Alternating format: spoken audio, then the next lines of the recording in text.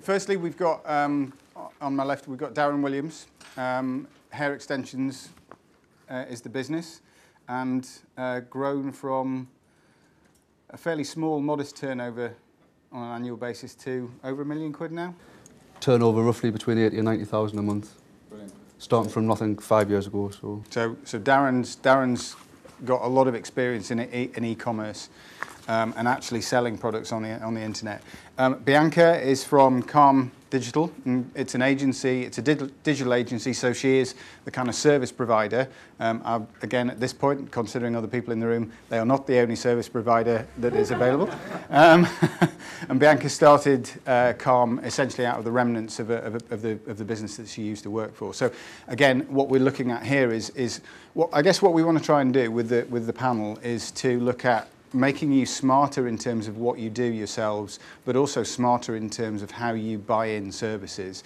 And then in terms of an overview, and a very independent overview, we've got Pascal Fintoni from the Centre for E-Business, who run training courses and work with businesses across the region to try and help them to be more effective online.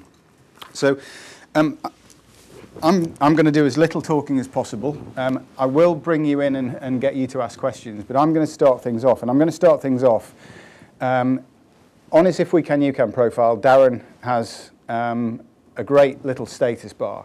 And that status bar is having a website and doing nothing to promote it is like winking at a girl in a dark nightclub. You're the only person. You're the only person who knows that you're doing it. So tell me, Darren, how have you built the traffic to your website and taken it from literally nothing 5 years ago? First of all, I just want to say thanks to Derek for coming in today, and great presentation. And I just want to thank you for helping to get all my competitors online with your great campaign that you've got going. So thanks for that. But I think in the early days, it was kind of getting the credibility built up and getting your name out there. And we didn't have the budget at the time to start advertising on Google, and obviously we were nowhere in the search engines, because when you first start off it takes a while to build up. So we started off with forums and targeting the kind of big communities out there in the sort of hair and beauty industries. And we picked out a few of the key players who were the sort of the ones who were always active and talking to all of the members, and we picked a few of them out and we said, hey, would you fancy being our ambassadors for our company, try out the products, and then you can go and shout about it. And in the early days, that worked absolutely brilliantly, and really helped us to grow the business from nothing to where we are now. And Pascal, is everything you do to promote a website about an online presence, or is it a mix? I mean, that, from what Darren's saying there, those are just marketing techniques. Mm-hmm. Well, I think what's important is that very often people start online presence, think about technology, think about the features and the buttons to click and so on. But in fact, everything goes back to very traditional and simple marketing principles. People will buy from you if they trust you. So really, when you talk about the online strategy, it's about adding into that trust factor. And I'm really encouraged when I hear Darren's story, which is about starting with simply, can I get people to like me, to actually trust our brand, and then the online stuff is only to support that campaign of trust.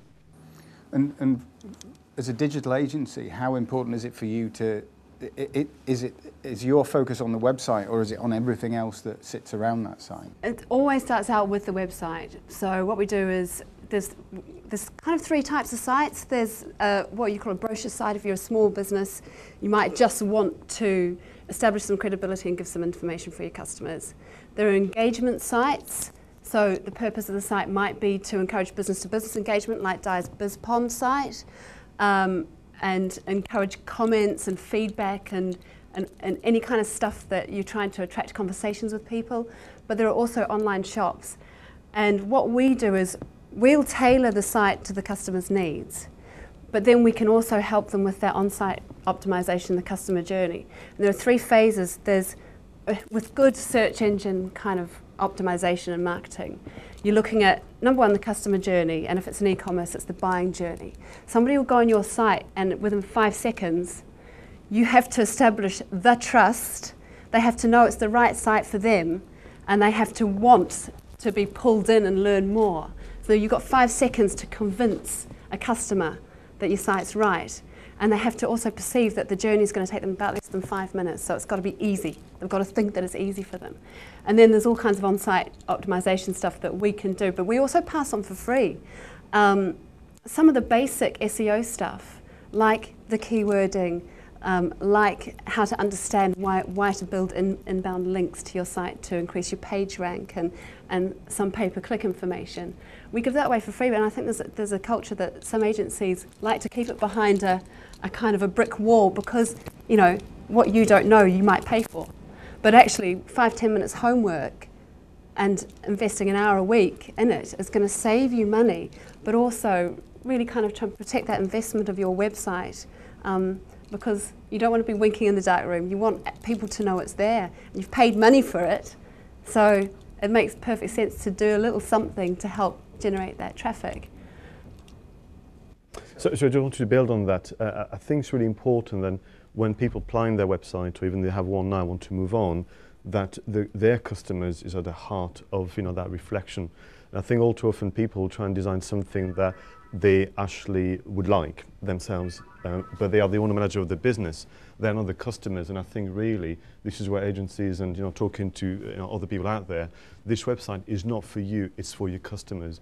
It's actually very hard sometimes to think on behalf of our customers, because we are so much in the details of running the business, that to actually extract yourself and say, you know, if I were a customer, would I buy from myself? Very, very difficult thing to do. So you need to get second opinions and talk to people out there.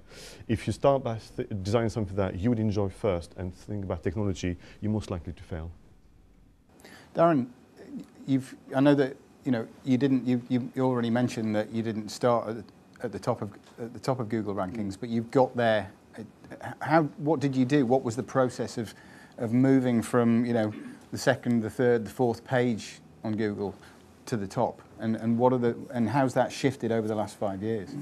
I think when we first started, it was just all about getting on there, and but what we found over time is to evolve the website, we had to listen to the customers, and it was all about customer feedback, and we've got like a survey that they fill in at the end of the checkout process, and that's helped massively to evolve over the 5 years. But just going on forums and learning about how the internet works and how the search engines work enabled us to start sort of making sure the content is the king on any page, make sure it's unique, engaging content that customers would like to read and become sort of attracted by, and I think all the rest falls in place. But also by releasing engaging content such as like articles also attracts other websites to link into yours, which also helps. It's all about keywords, but I think it's important to look at all channels of getting people to your website. I mean, there was a great thing on Google's blog about a YouTube, how don't underestimate the power of YouTube, and there was a company called Aurabrush who started off with just $500, created a video. It's now got something like 30 million views, and the turnover just under $1 million with that. So it's you know, don't overlook any different avenues of sort of marketing and websites. One of the things that, again, I think Derek talked about in terms of the three pages for the shoe retailer was this idea of, and people who are in agencies talk about user experience. How important is user experience? How important is it that the design looks pretty, or is it about functionality? You've got to marry form with function. You have to marry the two together, and you know, like I say, they've got to perceive that straight away it's what they want. Having products on that Converse page, you know, we'll always say to our customers, if you've got an online shop, pull the products up to the home page, or at least a taster. So like this month's bestsellers, something like that, specific to online shops, but for everything, the experience is key, and they've got to be able to grab that information they want very, very quickly. They just don't have the time to waste clicking. They'll just go. You've lost them. So make sure it's interesting, relevant, and what they want. And do you think it's easy? I mean, you know, one of the things we talked about before, Pascal, was the mistakes, the kind of mistakes people make. Is that a common area, do you think, in terms of overbuilding, you know, concentrating more on design than functionality? Yeah, absolutely. And I think, wishing to repeat what I've said, is people will start to design something that makes sense to them. So actually, when you run a business, you're very operational about it. It's about stock control, it's about warehouse management, and it's about actually making life easy for yourself. Your customers actually want to be entertained. They want to be looked after as good as if they were to come to see you for real. So when I walk into the shop, the light should be on. I should be able to see the items well. The staff should be smiling to me. I shouldn't be queuing for too long to pay for the items. And if when I'm paying, they'd be asking anything else we can do for you today. So when you go to do your Christmas shopping, you know, next few weeks, you know, look who's looking after you well, and look at the many events that leads to you from walking in to paying, and how can you actually find a way to get the same experience online, which is where people like Bianca and many others come into it. They're not just there to design a bunch of code, they're actually there to try and get as possible to the reality of meeting you face to face. And if you can do that, then it's where you get a trust. And your job really is to remove anxieties along the way. The anxiety is, I'm going to get ripped off, I'm not going to get the products or the service that I'm looking or I'm going to send an inquiry form, it's going to take 2 weeks to get an answer back. These are my anxieties when I go on the site for the first time. So every page, every click, remove the anxiety and keeps me smiling. But it's not just about the experience kind of on the website itself. For us, the offline experience, what we do is every time someone places an order, we'll ring the customer up with the customer services team and thank them for the order personally. It creates a great way of building up loyalty, and you know, the customers think, wow, you know, someone that company does exist. You know, it's not just a Mickey Mouse outfit, and that's really helped us over the last few months. So that kind of comes back to the point Derek made about there is no such thing as digital. It's just a part of a user's of a customer's experience generally. What made you do that?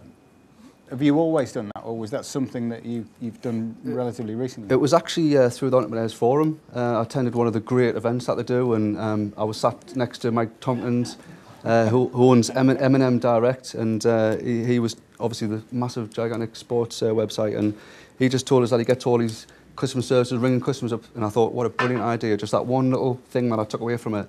We started doing it, and we're just seeing the feedback, the surveys that they send us is like, you know, wow, we love you and we love your customer service. And that's about being different in the marketplace to the thousands of other people who are now competing with you as a result of... Absolutely.